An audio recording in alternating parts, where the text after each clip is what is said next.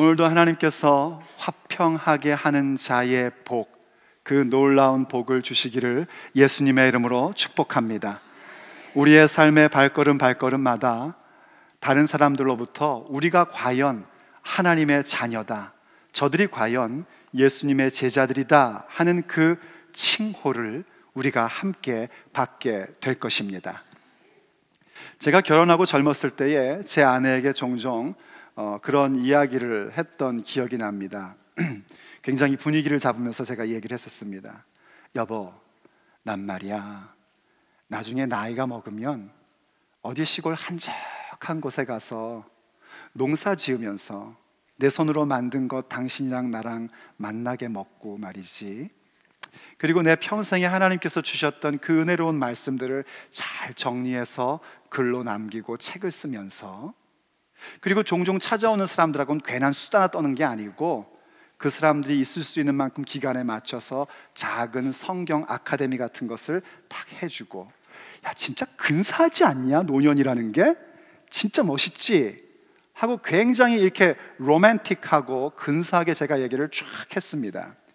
그랬더니 제 아내가 이렇게 대답을 합니다. 그러니까 농사 지으면서 책 쓰면서 말씀을 가르치고 싶다, 이 얘기죠? 제 아내는 제가 길게 얘기하는 것을 아주 명료화하는 데에 탁월한 은사를 갖고 계십니다.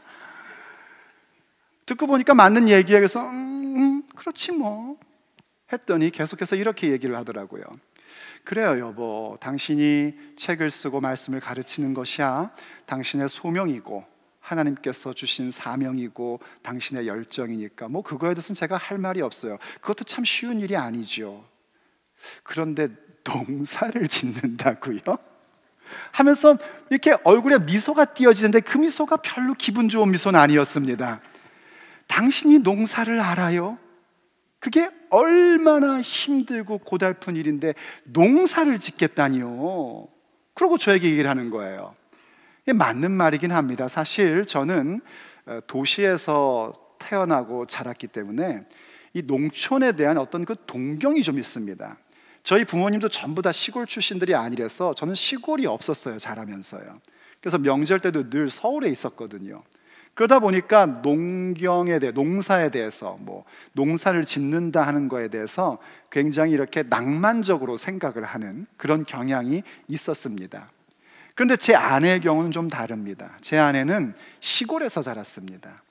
농사를 짓는 것의 그 치열함을 직접 몸으로 경험한 아내입니다. 그러니 아내의 말이 사실은 맞을 거 아닙니까? 그런데 이 남편들이 좀 못난 게 있잖아요. 아내가 사실을 얘기해도 인정을 안 하고 계속 고집을 부리죠. 아니, 난 그래도 나중에 늙으면 그렇게 할 거야 하면서 제가 아주 고집스럽게 제 주장을 피력을 했던 기억이 납니다. 그러다가 점점 제 처가를 가는 횟수가 늘어납니다. 그러면서 농사의 현실을 제 눈으로 목격하기 시작을 하는데, 이게 농사가 아이고 보통 문제가 아니더라고요. 제 평상시의 관심사나 제 장점이나 혹은 제 체력을 생각할 때에 이건 도저히 제가 할 수 있는 일이 아닌 겁니다. 왜냐하면 농사라는 것은 취미생활이 아니지 않습니까? 농사를 짓는다는 것은 한번 봉사활동 가는 게 아닙니다. 그야말로 농사, 경작을 하여 열매를 거두어야 하는 겁니다. 거기엔 치열함이 있을 수밖에 없는 거예요. 나중에 아내가 저한테 몇 년 전에만 해도 그렇게 저를 놀리면서 얘기를 합니다.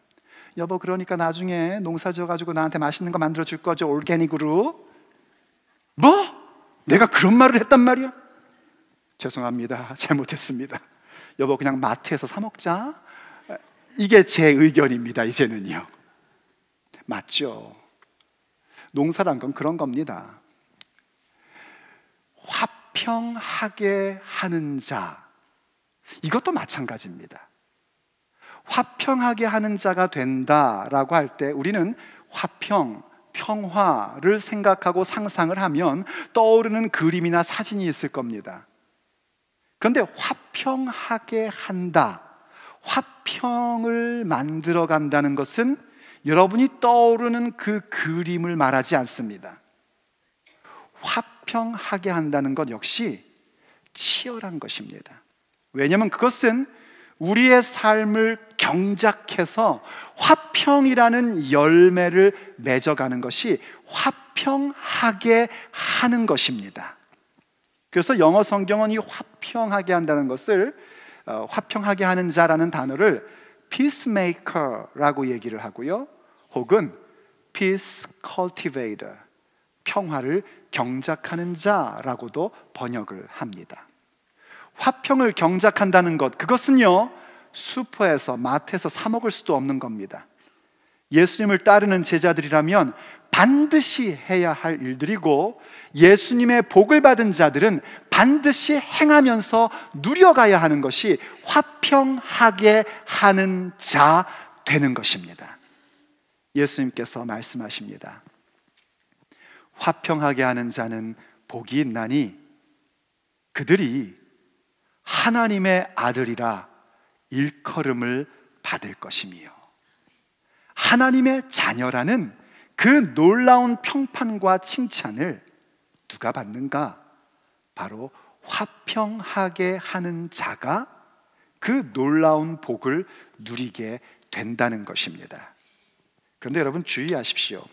예수님께서 화평을 가진 자는 복이 있나니 라고 말씀하지 않으셨습니다. 또 혹은 이 평화를 누리는 자가 복이 있다라고도 말씀하지 않으셨습니다. 화평을 좋아하는 자, 화평을 사랑하는 자는 복이 있다라고도 말씀하지 않으셨습니다. 심지어 화평을 지키는 자가 복이 있다고도 말씀하지 않으셨습니다. 화평하게 하는 자, 화평을 만드는 자, 화평을 경작하는 자, 평화를 만들기 위하여 땀 흘리고 애쓰고 수고하고 거기에 피 흘리는 아픔까지 갖는 자, 평화를 경작하는 자가 복이 있다라고 말씀하셨습니다. 그렇다면 화평을 경작하는 자는 어떤 모습을 갖는 것일까요? 오늘 우리가 함께 듣고자 하는 하나님 아버지의 메시지입니다. 첫째, 화평하게 하는 자는 화평의 복음을 배우고 경험하고 전합니다.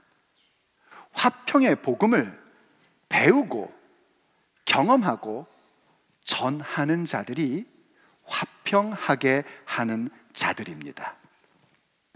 화평을 경작하려면 이 평화의 씨앗이 우리에게 있어야 경작을 할 수 있는 것입니다.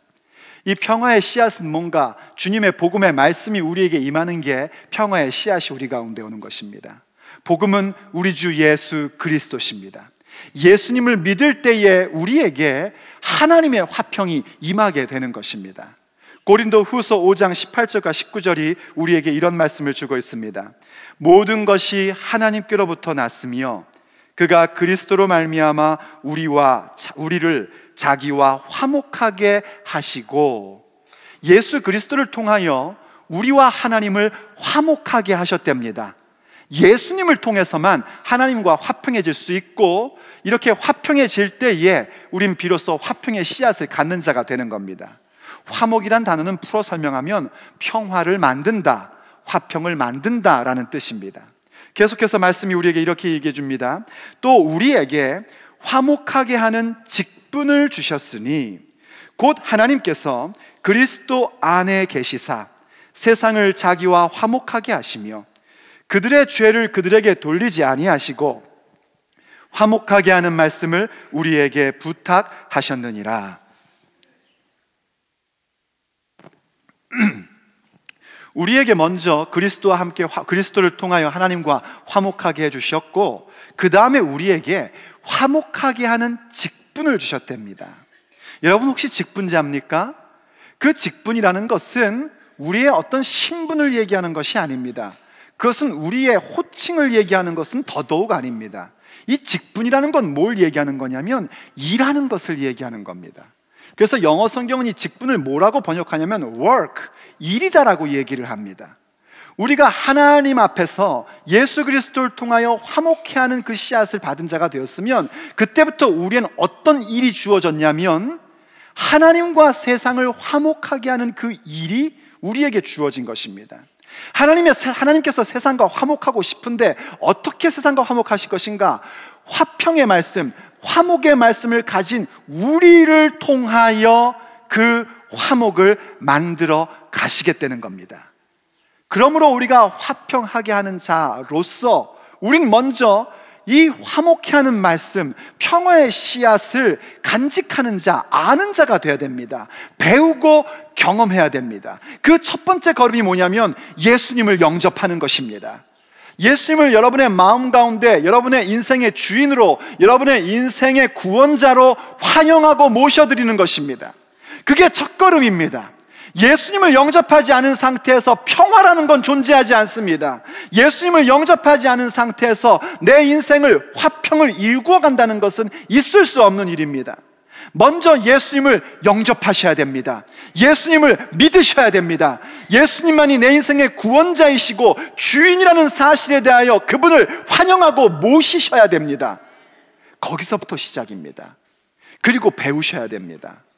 말씀을 통해서 계속 배워가셔야 되고 그 배움을 통하여 주님이 주신 화평이 무엇인지를 알고 체험해 가야 됩니다. 그리고 예수님을 믿는 자가 되었으면 이제 그 화평의 복음을, 화목케 하라신 그 말씀을 전하는 자들이 되어야 됩니다. 그 누군가에게, 내 주변에 사는 그 누군가에게, 혹은 먼 곳에 있는 그 누군가에게 이 평화의 복음을 전하는 자, 씨를 뿌리는 자들이 되어야 합니다. 그게 바로 화평하게 하는 자들인 것입니다. 두 번째, 화평을 경작하는 자들은 무엇을 해야 되는가? 그들은 거짓 평화를 깨트립니다. 거짓 평화를 깨트릴 줄 알아야 됩니다. 평화의 복음을 알고 전하는 사람, 그 씨앗을 간직하고 있고 그것을 간직하기에 그것을 누군가에게 전하는 사람은 항상 이 거짓 평화에 대한 부분을 알고 있고 그것을 깨트리고자 합니다. 여러분, 농사를 지을 때 땅을 경작합니다. 땅을 갈아엎어야 합니다. 그것은 쉬운 일이 아닙니다. 하지만 그냥 내버려 두면 결코 씨앗을 뿌릴 수가 없고 열매를 맺을 수가 없습니다. 반드시 땅을 갈아엎어야만 비로소 우린 씨 뿌리고 결실을 맺을 수 있는 것입니다.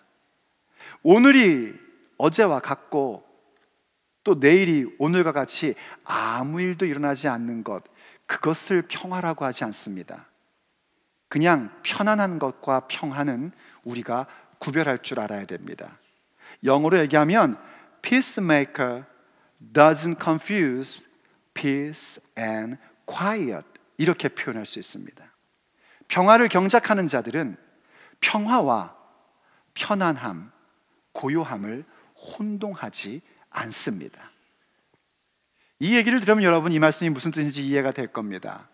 성경에 다윗이라는 왕이 있었습니다. 그 다윗 왕은 하나님께 사랑을 입은 자였고 하나님을 사랑하는 자였습니다. 하나님께서 그를 칭하여 주시기를 내 마음에 합한 자라는 그런 놀라운 평가를 받은 사람이 이 다윗입니다. 그런데 그런 그도 하나님께 집중하는 시간을 놓쳤을 때에 참 심각한 죄를 짓는데 그 죄를 지을 때에 얼마나 파렴치한 모습을 우리에게 보여주는지 정말 마음이 많이 언짢습니다. 지금 자기에게 충성스러운 부하인 우리아가 자기를 위하여 전쟁터에 가 있는데 이 다윗은 그 우리아의 아내와 동침을 합니다. 그리고 그 밧세바가 아이를 가졌다는 소식을 듣고 전쟁터에서 우리아를 불러들입니다. 그리고 그 사람을 집에 들어가서 아내와 잠자리를 같이 하게끔 만들려고 자기 딴에는 묘안을 내놓은 겁니다. 그런데 우리아는 참 충성스러운 사람이었습니다. 하나님의 언약궤와 자기의 상관인 요압이 지금 전쟁터에 있는데 내가 어떻게 집에 가서 아내를 품을 수 있느냐는 생각을 가진 겁니다. 그는 그냥 궁중에서 잠을 잤습니다. 자기의 계획이 수포로 돌아가자 다윗이 하는 행동을 보십시오. 다시 우리아를 전쟁터로 보냅니다. 그리고 그의 손에 편지 한 장을 쥐어주는데 그 편지의 내용인즉슨 이 우리아를 전쟁터 가운데에서 가장 격렬한 것에 보내어 죽이라는 거였습니다. 우리아는 자기를 죽이라는 그 편지를 들고 다시 전쟁터로 갔고 결국은 전쟁터에서 죽임을 당하게 됩니다. 살해를 당한 것이지요. 그의 죽음의 소식을 듣자 다윗은 밧세바를 자기 아내로 맞이합니다. 우리 입장에서 볼 때는 그럴 줄 알았다 싶지만은요, 어떤 사람의 말에 의하면 고대 근동 사회에서는 그 모습은 마치 주군이 자기 부하의 집안을 돌보주는 모습으로 비춰질 수 있었다는 겁니다. 모든 것은 완벽하게 감춰졌습니다. 아무 일도 없었습니다. 다윗은 어제와 똑같이 왕궁에서 정치를 했고 일을 봤습니다. 다윗의 부하들은 여전히 다윗을 향하여 충성된 모습으로 다윗을 위해서 열심히 일하고 전쟁터에서 싸웠습니다. 그야말로 평화가, 편안함이 계속되는 것 같았습니다. 그러나 하나님께서는 다윗을 사랑하셨습니다. 그에게 선지자 나단을 보내십니다. 나단이 한 이야기를 합니다. 한 마을에 어떤 가난한 사람이 암양을 한 마리 갖고 있는데요, 그 암양은 마치 그 사람에게 딸과 같은 것이었습니다. 그런데 그 같은 마을에 살고 있는 부자가 자기에게는 양떼도 많고 소떼도 많은데 그 수많은 양과 소를 다 버려두고요, 그 가난하고 힘없는 사람의 암양을 빼앗아서 자기의 손님을 대접하는 데 썼습니다. 그 말을 듣자 다윗이 분개합니다. 화를 몹시 냅니다. 어떻게 나의 왕국에서 그런 일이 일어날 수 있단 말인가? 모름지기 자기가 죄 지은 것을 남에게 보면 더 화가 나는 모양입니다. 그러자 나단이 다윗에게 말합니다. 당신이 바로 그 사람입니다. 다윗이 그 얘기를 듣고 무릎을 꿇고 회개하기 시작합니다. 금식합니다. 통곡합니다. 다윗의 평화가 완전히 깨져버린 것입니다. 금식하고 통곡하고 회개하는 곳에 어찌 평화라는 것이 있을 수 있겠습니까? 그러나 여러분 아십니까? 사실은 어떤 것이냐면 다윗의 가짜 평화, 거짓 평화가 깨져버린 것입니다. 그리고 위로부터 임하는 하나님의 참된 평화가 다윗의 삶에 다시 찾아오기 시작한 것입니다. 그래서 평화를 만드는 자들은 거짓 평화를 깨트려 버립니다. 거짓 평화를 부수어 버립니다. 그 거짓 평화, 그 가짜 평화에 만족하지 않는 것입니다. 그래서 예수님께서 마태복음 10장 34절에서 이렇게 말씀하셨습니다. 내가 세상에 화평을 주러 온 줄로 생각하지 말라. 화평이 아니요 검을 주러 왔노라. 뭐라고요, 주님? 우리 예수님 평화의 왕 아니십니까? 네, 맞습니다. 우리 예수님은 평화의 왕이십니다. 예수님께서는 우리를 하나님과 화평의 관계로 만들어 주시고자 당신의 몸과 피를 우리에게 내어 주셨습니다. 그런데 그분이 직접 하신 말씀입니다. 내가 세상에 평화를 주러 온 줄 아느냐? 아니다. 나는 평화를 주러 온 것이 아니라 검을 주러 왔노라 하고 말씀하십니다. 이때 이 평화가 바로 거짓 평화입니다. 주님 없는 평화입니다. 사람과 타협하는 평화입니다. 그러한 평화는 마치 평안한 것처럼 보이지만 절대로 평화가 아닙니다. 그 평화가 깨져야 됩니다. 그 평화가 깨트려져야 됩니다. 그 평화가 갈아엎어져야 됩니다. 그때에 위로부터 임하는 하나님의 평화가 우리의 가슴 속에 씨앗으로 떨어지게 되는 것이고 결실을 맺는 역사가 나타나게 되는 것입니다. 겨우내 묵은 땅을 갈아엎지 않으면 결단코 열매를 맺을 수 없습니다. 하지만 땅의 입장에서 한번 생각해 보십시오. 쟁기질을 당하는 땅의 입장에서 얼마나 아프겠습니까? 얼마나 억울하겠습니까? 왜 다른 땅도 많은데 왜 꼭 이 땅에, 왜 나한테 이렇게 쟁기질을 해야 되냐고 그렇게 절규할 수 있지 않겠습니까? 하지만 그것은 아픔이 아니라 그 땅 가운데 맺어질 그 아름다운 열매를 맺기 위한 거짓 평화의 깨트려짐입니다. 고요하고 편안한 것이 아니라 하나님이 주시는 평화를 받는 것이 중요합니다. 그래서 평화를 경작하는 자들은 거짓 평화를 깨트리는 것입니다. 세 번째로, 평화를 만드는 사람들은 나의 역할과 하나님의 역할을 항상 구별합니다.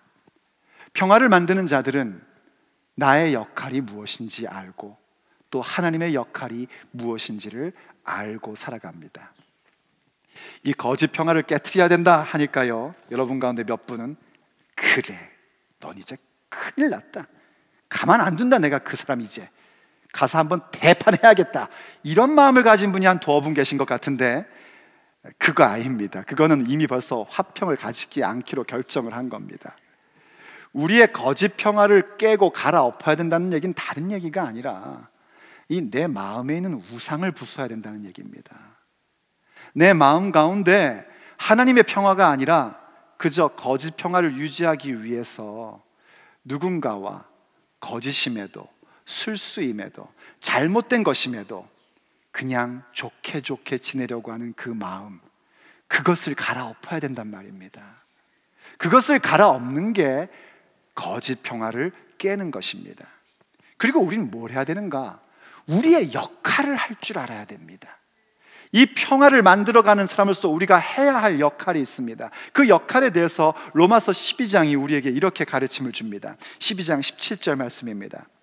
아무에게도 악을 악으로 갚지 말고 모든 사람 앞에서 선한 일을 도모하라. 사실 우리의 본성은 어떠냐면 악을 악으로 갚고 싶습니다. 누군가에게 나에게 잘못을 하면은요, 나도 그 사람과 똑같이 대하고 싶은 게 우리의 본성입니다. 그런데 주님의 말씀은 뭐라고 하시냐면 그 악을 악으로 갚지 말라십니다. 오히려 뭐 하라고 하시냐면 모든 사람 앞에서 선한 일을 도모하래요.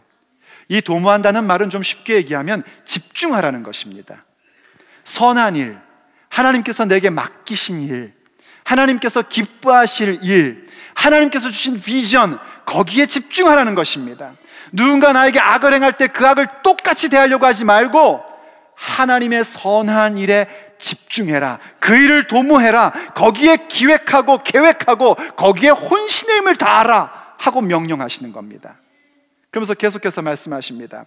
할 수 있거든 너희로서는 모든 사람과 더불어 화목하라 하고 말씀하세요. 이 한국말 번역이 조금 오해를 가질 수 있습니다. 할 수 있으면 하고 못하면 싸워라, 이렇게 또 적용을 할까 봐 걱정입니다. 이건 그런 의미가 아니고요, 영어 성경이 더 정확하게 번역을 하는데 If possible, as far as it depends on you 입니다. 가능하다면, 곧 그것이 너에게 달려있다면, 그 화평의 관계를 만드는 것이 너의 손에 달려있다면 모든 사람과 더불어 너는 화평해라, 화목해라, 평화하라. 그게 우리의 역할이라는 것입니다. 우리가 선한 일에 도모하고 집중할 일이 뭔가, 만약 누군가의 관계 속에서 그 화평의 관계를 만드는 칼자루를 내가 쥐고 있다면 화목하라는 것입니다. 그게 우리의 역할입니다.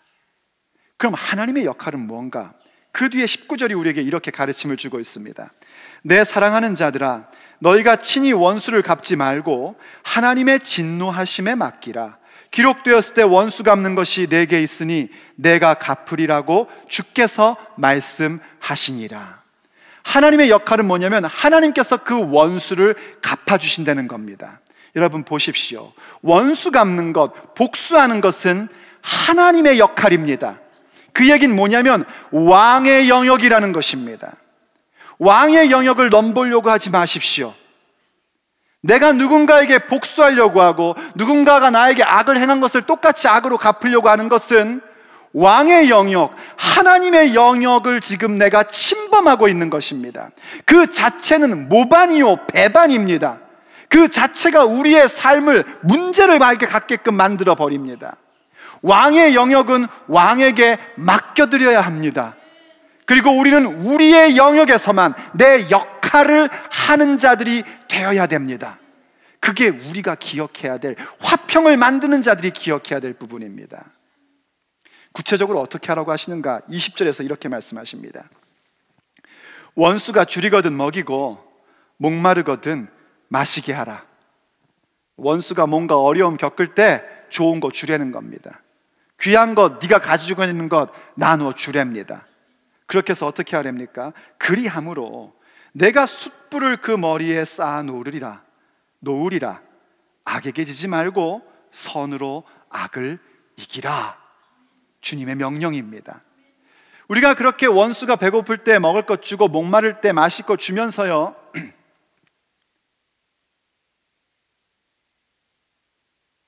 하는 일이 뭐냐면 그렇게 하면서 그 사람 머리 위에 숯불을 쌓아간답니다. 이 부분에서는 문화적으로 혹은 격언적인 해석이 있어요. 격언적인 해석은 그런 겁니다. 숯불이 머리 위에 있으면 얼굴이 뜨끈뜨끈할 거 아닙니까? 그래서 그 사람이 내가 그렇게 원수임에도 불구하고 선을 행해줄 때에 얼마나 부끄럽겠느냐, 이런 격언적 해석이 있고요. 또 문화적 해석은 이런 겁니다. 그 당시에 사람들이 숯불을 꺼트리면요, 불을 킬 방법이 너무 묘연한 거예요. 그래서 옆집에 숯불을 빌리러 갑니다. 그럼 그 옆집의 사람이, 그 사람이 원래 어저께 나하고 대판 싸웠던 사람인데도 불구하고 숯불을 주는 거예요. 그럼 그 숯불 담은 그릇을 그냥 이렇게 들고 오기에는 옛날의 옷차림이 지금 제가 입은 로브처럼 이렇게 드레시한 것이었기 때문에 들고 가다가 바람 불면 이게 옷이 탈 수 있잖아요. 귀한 옷이요. 요즘은 옷이 많지만 옛날에는 겉옷은 한 사람이 한 벌밖에 없던 귀한 거였습니다. 그래서 이것을 머리 위에 이렇게 든다는 겁니다. 그럼 이 모습은 뭐가 되냐면 나의 게으름과 부주의함으로 나는 숯불을 꺼트렸어요 하는 것을 동네 사람에게 다 보이는 거래요. 그럼 얼마나 부끄럽냐는 겁니다. 여러분, 한번 질문을 던져보십시다. 우리가 평화를 경작하는 사람들로서 나의 원수에게, 나에게 악을 행한 사람에게 떡 주고 물 마시고 좋은 것 해주는 것이 그 사람 부끄러우라고 하는 것이겠습니까? 그렇지 않습니다. 우리가 그런 일을 하는 이유는 우리 속에 이미 이 화평의 복음이 있기 때문이고, 우린 평화를 경작하는 자의 복을 누리는 사람들이기 때문에 그들에게 내 귀한 숯불까지도 나누어 줄 수 있고 떡과 물을 주는 자들이 되는 것입니다. 주님께서 우리에게 그렇게 명령하셨기 때문에, 그게 나의 역할이라고 말씀하셨기 때문에 그 역할을 충성되게 하는 것뿐입니다. 그런데 우리의 마음에 좀 한 가지 섭섭한 건 뭐냐면, 이 본문 속에서 하나님이 그 원수를 어떻게 갚아주시는지, 원래 영어 번역은 어떻게 나와 있냐면요, 나의 진노가 내려질 공간을 만들어 놔라, 이렇게 번역을 한 영어 성경이 있습니다. 그의 머리에 숯불을 쌓아둠으로써 나의 진노가 그에게 임할 공간을 만들어 놔라, 이렇게 말씀하신 거예요. 근데 어디 하나님의 진노가 있냔 말이에요. 이건 이렇게 또 해석할 수가 있습니다. 숯불은 참 귀한 것입니다. 더군다나 고대 사회에서 숯불이라는 것은 굉장히 소중하고 중요한 것입니다. 그런데 내가 누군가에게 그 숯불을 줬어요. 머리에 쌓았어요. 머리에 이었어요. 근데 여러분 아십니까?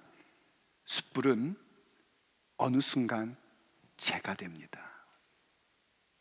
재라는 것은 성경에서 슬픔과 비탄을 상징하는 겁니다. 내가 나의 역할로서 원수일지라도 좋은 것을 먹이고, 원수일지라도 내 숯불을 나눠주고, 그럴 때에 그것은 그야말로 숯불이 그 사람 머리 위에 올라가는 것입니다. 아직까지 숯불이 뜨거울 동안 그 사람이 회개하고 돌아온다면 우린 형제를 다시 얻는 것입니다. 그러나 하나님의 시간 속에서 그가 회개치 않는다면 순식간에 숯불은 재로 바뀌게 됩니다. 그의 머리에 얹었던 숯불은 재가 되어서 그 인생 가운데 비탄함과 비통함으로 바뀔 수밖에 없는 것입니다. 하나님의 시간 속에서 말입니다. 그래서 우리는 오늘도 하나님의 역할은 하나님께서 하시게끔 맡겨드리고, 우리는 우리의 역할을 하는 겁니다. 비록 나에게 손해를 심각하게 끼치고, 나에 대하여 나쁜 말을 만들어 소문을 퍼뜨리고, 나를 공격하고 나에게 주먹질했던 사람일지라도 그가 배고프면 먹이고, 그가 목말라하면 마시게 하고, 더군다나 그에게 화평의 복음, 내게 가장 귀한 그 복음을 나누어 주고, 그렇게 함으로 그의 머리에 숯불을 쌓아가는 것입니다. 그걸 볼 수 있어야 됩니다. 그걸 볼 줄 알아야 우리는 화평을 만들어가는 자로 기꺼이 헌신할 수 있는 겁니다. 그걸 보려면 마음이 청결한 자가 되어야 됩니다. 그래서 예수님께서 화평을 만드는 자가 복이 있도다 말씀하시기 전에 지난주에 봤던 것처럼 마음이 청결한 자는 복이 있나니 하고 말씀해 주신 겁니다. 그들은 하나님을 보기 때문입니다. 하나님의 현존하심을 보기 때문이고, 하나님의 여전히 일하심을 보기 때문에 그들은 기꺼이 마음 놓고 화평을 경작하는 자로 자신의 삶을 헌신하며 살아갈 수 있는 것입니다. 그때 우리가 받게 되는 칭호, 과연 새생명교회는 하나님의 자녀들이다, 그들은 예수님의 제자들이다, 그들이야말로 주님을 따르는 사람들이다, 그 놀라운 칭호를 우리가 우리의 육체의 날들 가운데서 함께 받으며 누리게 되는 것입니다. 화평하게 하는 자는 복이 있나니 그들이 하나님의 아들이라 일컬음을 받을 것이며, 주님의 말씀입니다. 기도하시겠습니다. 사랑하는 아버지, 오늘도 우리에게 주의 말씀으로 우리의 마음을 갈아엎어 주셔서 감사드립니다. 아버지, 참 쉽지 않네요. 주님의 참된 제자가 된다는 거 만만치 않네요. 하지만 아버지께서 주신 이 신분, 아버지의 자녀라는 신분의 고귀함을 우리가 알기에 힘들어도 어려워도 포기하지 않고 주님의 제자가 될 것입니다. 우리가 이미 이 놀라운 복을 받은 자들이기에 이 복을 누리며 평화를 경작하는 자가 될 것입니다. 도와주시옵소서. 우리 안에 있는 평화의 복음이 무엇인지 알게 해주시옵시고, 그 가치를 깨달을 수 있도록 늘 은혜를 베풀어 주시옵소서. 그 평화의 복음이 아직 없는 사람이 있습니까? 이 시간 그 평화의 복음을 간직할 수 있는 은혜가 임하게 하여 주옵소서. 그래서 그 평화의 복음을 가지고 가짜 평안, 가짜 평화, 거짓 평화를 과감히 깨트리게 하여 주옵소서. 내 안에 우상을 부수어뜨리겠습니다. 내 안에 가짜 평화를 깨트리겠습니다. 주님 경작하여 주옵소서. 갈아엎어 주시옵소서. 아파도 좋사오니 거짓 평화는 깨지게 하여 주시옵소서. 그리고 오직 위로부터 임하는 평화를 위하여 우리가 해야 할 역할, 그 역할을 향하여 나아가기를 원합니다. 왕의 역할은 왕께 맡겨드리고 우리는 우리의 역할을 향하여 나아갈 것입니다. 주여, 그들에게 먹을 것을 줄 것이고 마실 것을 줄 것이고, 우리에게 그 모든 권한이 주어 있는 한 평화를 만드는 자가, 경작하는 자가 될 것입니다. 그러니 우리에게 은혜를 베풀어 주시옵소서. 주의 영의 충만함을 주시옵소서. 아버지의 능력으로 우리를 옷 입혀 주시옵소서. 그래서 아버지의 뜻대로 우리의 역할인 평화를 경작하는 자의 그 모습으로 세워지게 해주시옵시고, 우리의 눈을 열어 아버지의 일하심을 보게 하여 주시옵소서. 우리 주 예수 그리스도의 이름으로 간절히 기도 올립니다. 아멘.